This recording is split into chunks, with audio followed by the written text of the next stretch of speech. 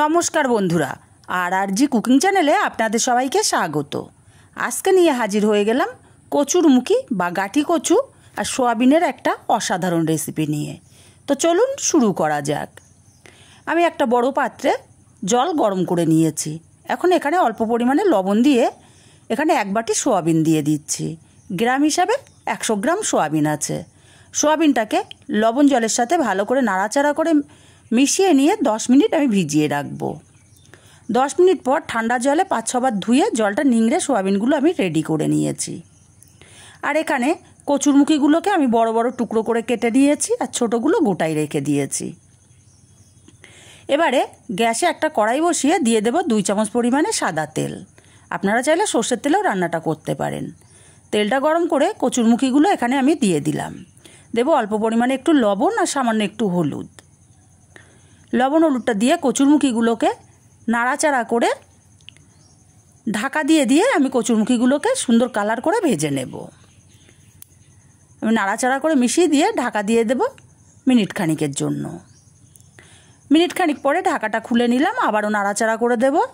এতে করে কি হবে, কচুরমুখীগুলো সেদ্ধও হবে, আবার সুন্দর একটা কালারও চলে আসবে। তাতে করে কচুরমুখীটা খেতে খুবই ভালো লাগবে।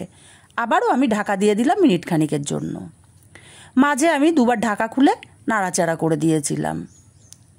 দেখুন সুন্দর একটা কালার চলে এসছে। কচুরমুখীগুলো খুব ভালো করে ভেজে নিয়েছি। এখন কচুরমুখীগুলো তেল ঝরিয়ে উঠিয়ে নেব।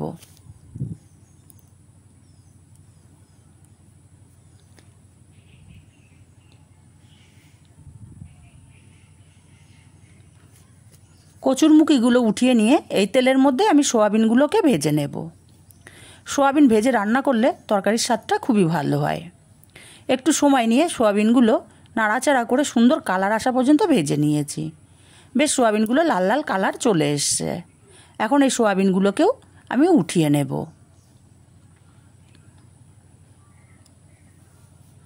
সোয়াবিনগুলো উঠিয়ে নিয়ে এই কড়াইতে আরও 2 চামচ পরিমাণে আমি সাদা তেল দিয়ে দিলাম।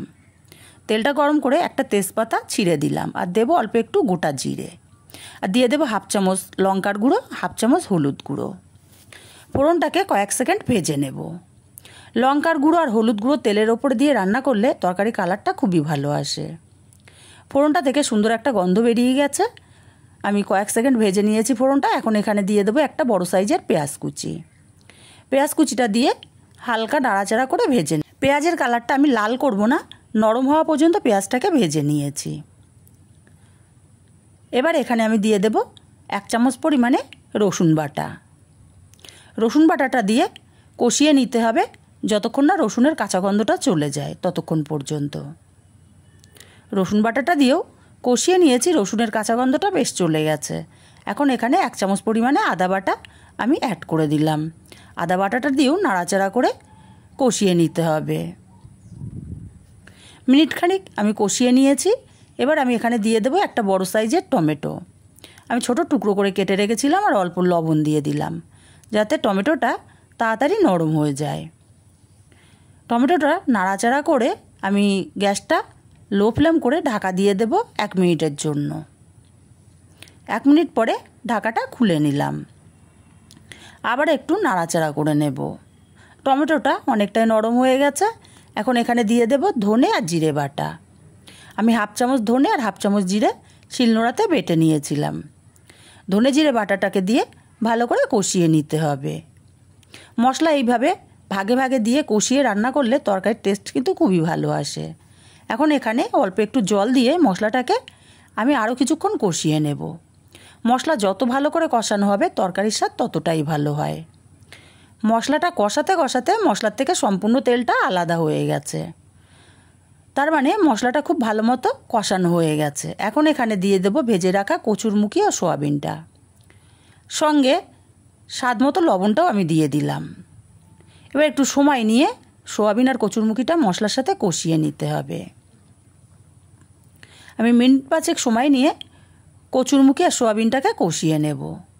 কচুরমুখী আর সোয়াবিনটা কষাতে কষাতে শুকিয়ে এসছে, তাই এখানে আমি অল্প পরিমাণে জল দিয়ে কচুরমুখী আর সোয়াবিনটা আরও কিছুক্ষণ কষিয়ে নেব। এতে করে তরকারির স্বাদটা কিন্তু খুবই ভালো আসবে। মিনিট 5 সময় নিয়ে কচুরমুখী আর সোয়াবিনটা খুব ভালো মতো কষিয়ে নিয়েছি, দেখেই বুঝতে পারছেন। এবার এখানে আমি দিয়ে দেব পরিমাণ মতো জল।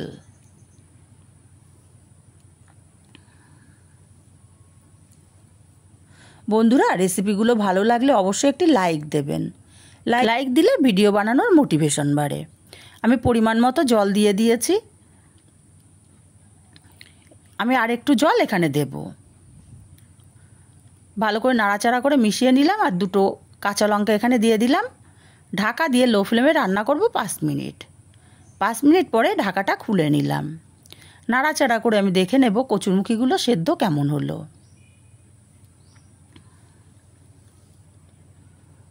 দেখুন, খুন্তি ছোঁয়ানোর সাথে সাথে কচুরমুখিগুলো ভেঙে যাচ্ছে, তার মানে খুব ভালো মতো কচুরমুখিগুলো সেদ্ধ হয়ে গেছে। এবার আমি এখানে দিয়ে দেব অল্প একটু গরম মশলার গুঁড়ো আর দেব 1 চামচ পরিমাণে ঘি। গরম মশলাটাকে দিয়ে খুব ভালো করে মিশিয়ে নিতে হবে। তারপরে গ্যাসটাকে অফ করে ঢাকা দিয়ে রাখবো 5 মিনিট। 5 মিনিট পর তৈরি হয়ে গেল আমার কচুরমুখি দিয়ে সোয়াবিনের একটা অসাধারণ রেসিপি। রেসিপিটা যদি ভালো লাগে কাছের আত্মীয় স্বজন বন্ধুবান্ধবের কাছে শেয়ার করতে ভুলবেন না। আর আমার চ্যানেলটি সাবস্ক্রাইব করে আমার পাশে থাকতে আমাকে সাপোর্ট করতে ভুলবেন না।